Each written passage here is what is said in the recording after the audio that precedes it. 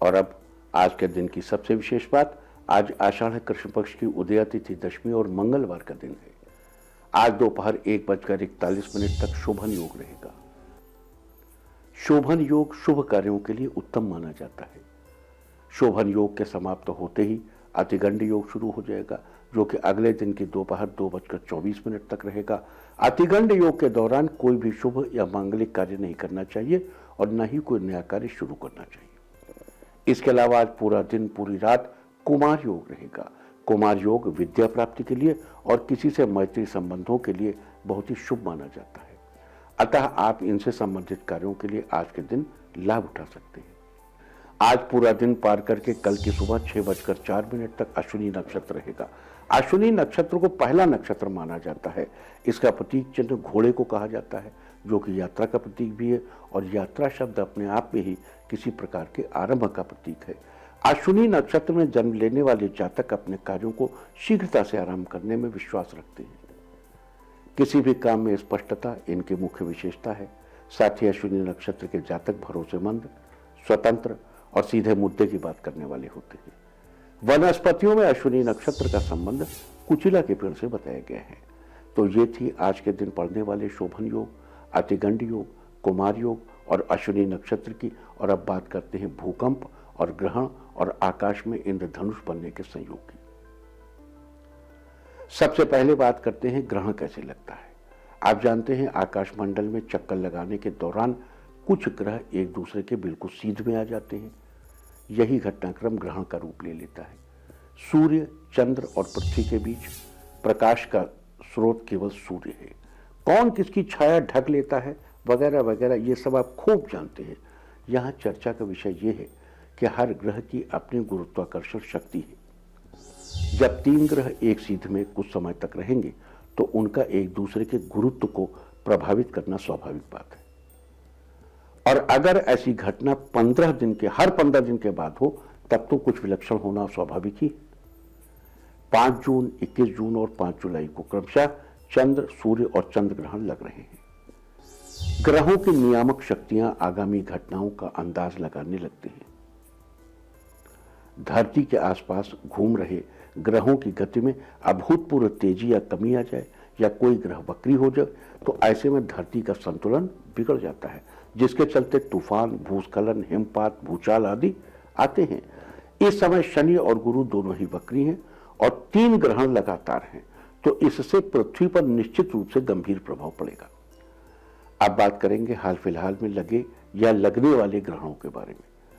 आपको याद है कि गत 5 जून को मांद्य चंद्र ग्रहण था, जो यूरोप, अफ्रीका, दक्षिण एशिया और ऑस्ट्रेलिया में दिखाई पड़ा था। भारत में उसका कोई वास्ता नहीं था। उसके बाद आने वाले 21 जून को कंकणाकृति सूर्य ग्रहण लगेगा, कंगन जैसी आकृति वाला। ये ग्रहण भारत में दृश्य रहेगा। कंकणाकृति सूर्य ग्रहण के आरंभ में सूर्य चंद्र मृगशिरा नक्षत्र में रहेंगे और ग्रहण मोक्ष के समय चंद्रमा आर्द्रा नक्षत्र में रहेगा, यानी मिथुन राशि। बता दूं कि यह ग्रहण महत्वपूर्ण है। पृथ्वी का 70% से अधिक भाग जलीय है, जबकि ग्रहण का 80% हिस्सा भूभाग को स्पर्श करता हुआ। अब ग्रहण पथ समझ लीजिए कि जो कुछ भी ग्रेविटेशनल फोर्स का जो कुछ भी होना है वो इस ग्रहण पथ पर होना है।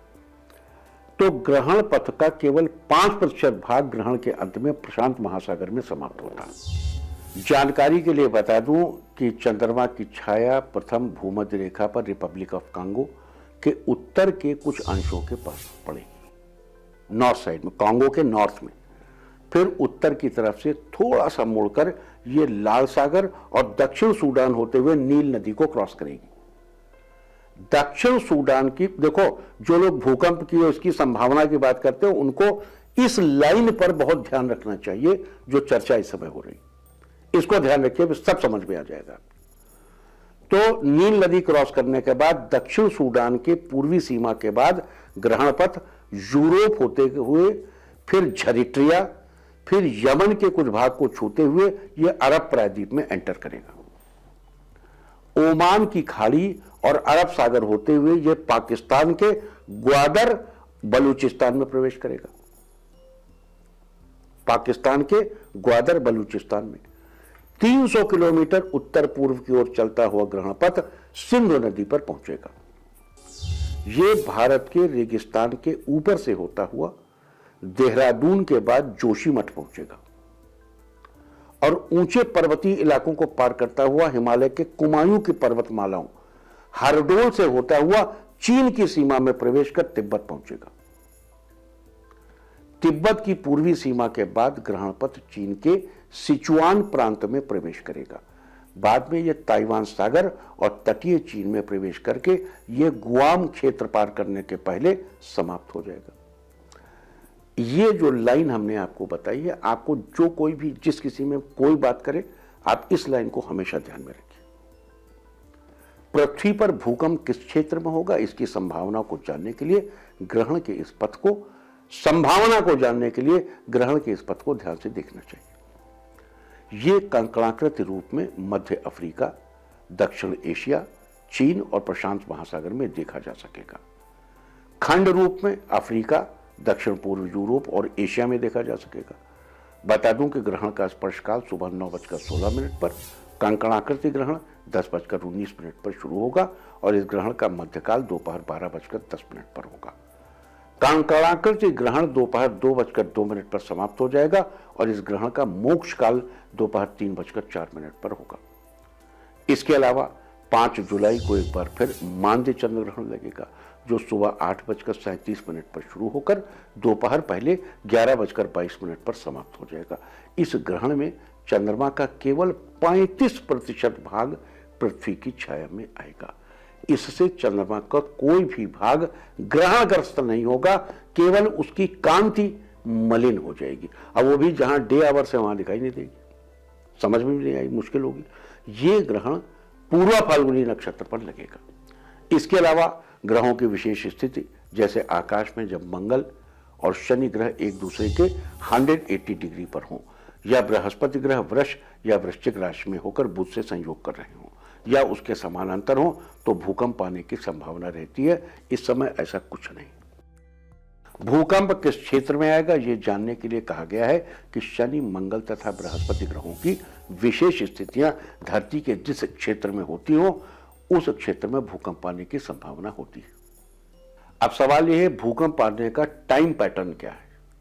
दुनिया ने इतने भूकंप देखे, तो टाइम पैटर्न क्या है। ज्यादातर भूकंप आने का समय दोपहर से लेकर सूर्यास्त के बीच में और आधी रात से लेकर सूर्योदय के बीच में बताया जाता है, देखा गया है। जाहिर है इसका कुछ संबंध सूर्य की गति और स्थिति से भी होता है। आपको याद दिला दूं कि पिछले 2 महीनों में लगभग 14 बार भूकंप के झटके आ चुके हैं, जिसमें सबसे तीव्र गति का भूकंप 29 मई को महसूस किया गया। इसकी तीव्रता रेक्टर स्केल पर 4.5 थी, जिसका केंद्र हरियाणा के रोहतक में था।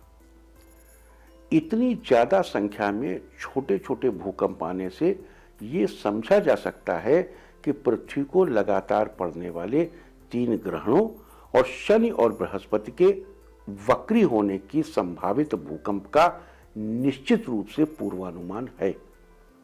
प्लैनेट अर्थ को पूरा मालूम है कि अभी इलेक्ट्रोमैग्नेटिक फील्ड किस डायरेक्शन में जा रही है और ये हमको किधर ले जाएगी। It knows it very nicely. अरे करोड़ों साल का एक्सपीरियंस है प्लैनेट अर्थ का इस कॉस्मोस में रहने का। और इन छोटे छोटे भूकंपों के जरिए मदर अर्थ, हमारी माता पृथ्वी, एक शॉक एब्जॉर्बर क्रिएट कर रही है, ताकि किसी बड़े भूकंप और तबाही से मनुष्यों को बचाया जा सके। अगर ये नहीं आते तो बड़ा आ सकता था। खैर ये मैं नहीं कहूंगा, लेकिन what I realize is that it has been creating a shock absorber. कुछ लोग इसका उल्टा भी सोच सकते हैं। वो ये भी सोच सकते हैं कि लगातार थरथरा नहीं पृथ्वी को बड़ा भूकंप आने वाला है। Think positive. यहां आपको यह भी याद दिला दूं कि अभी हाल ही में 31 मई को दिल्ली की पूर्व दिशा और नोएडा में दोहरा इंद्रधनुष बना था। इसको लेकर भी बड़ा हंगामा मचा था। तरह तरह के लोगों ने तरह तरह के वीडियो जारी कर दिए। एक तो ज्योतिष में भी एक ये बड़ा मुश्किल है कि लोग डराने में बड़ा यकीन रखते हैं कि लोग डर जाएंगे तो कुछ काम डराने से कोई फायदा नहीं है। देखो, बी ट्रुथफुल, सच बोलो। वो दोहरा इंद्रधनुष निकला था, ये बहुत अच्छी बात है। ये दिल्ली, मैं राजघाट के पास था, उसके बाद नोएडा में इंद्रधनुष नोएडा में साफ साफ दिख रहा था। गुरुग्राम के भी आकाश में भी पूर्व दिशा में दोहरा इंद्रधनुष दिखा था। देखो, उसे लेकर भी बड़ी अनिष्ट की अटकलें लगाई जा रही थी। लोगों ने तुरंत अनिष्ट डिक्लेयर करना शुरू कर दिया। यहां तो कुछ भी दिखे तो एक ही काम है, अनिष्ट डिक्लेयर कर दो। अरे भाई, शास्त्र भी कोई चीज है कि आप बिल्कुल हवाई फायर मार देंगे एकदम।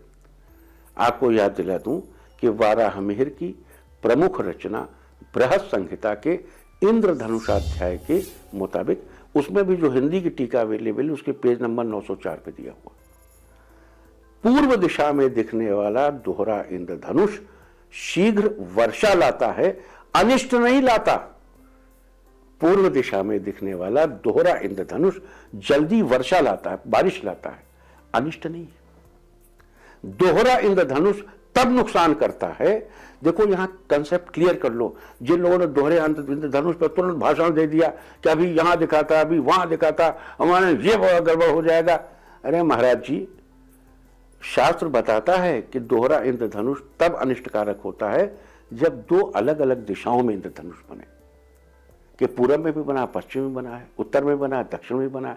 लेकिन अगर एक के ऊपर एक दो इंद्रधनुष बन गए, वो शुभ चिन्ह निशान है।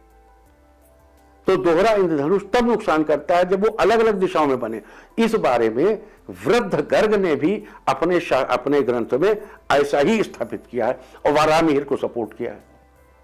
उन्होंने दिशाओं के हिसाब से अलग अलग फल भी बताए हैं कि किस दिशा में होगा तो क्या होगा, किस दिशा में होगा तो क्या होगा। बड़ा क्लियर कट वृद्ध गर्ग ने इसके बारे में बड़ा डिटेल चर्चा की। लेकिन सबसे बड़ी अथॉरिटी तो हमारे यहाँ वाराहमिहिर है ना, बृहद संहिता बिल्कुल क्लियर कट इंडिकेट करती है। लेकिन मौजूदा दोहरे इंद्रधनुष का उनसे कोई संबंध नहीं है, ये अनिष्टकारक नहीं है।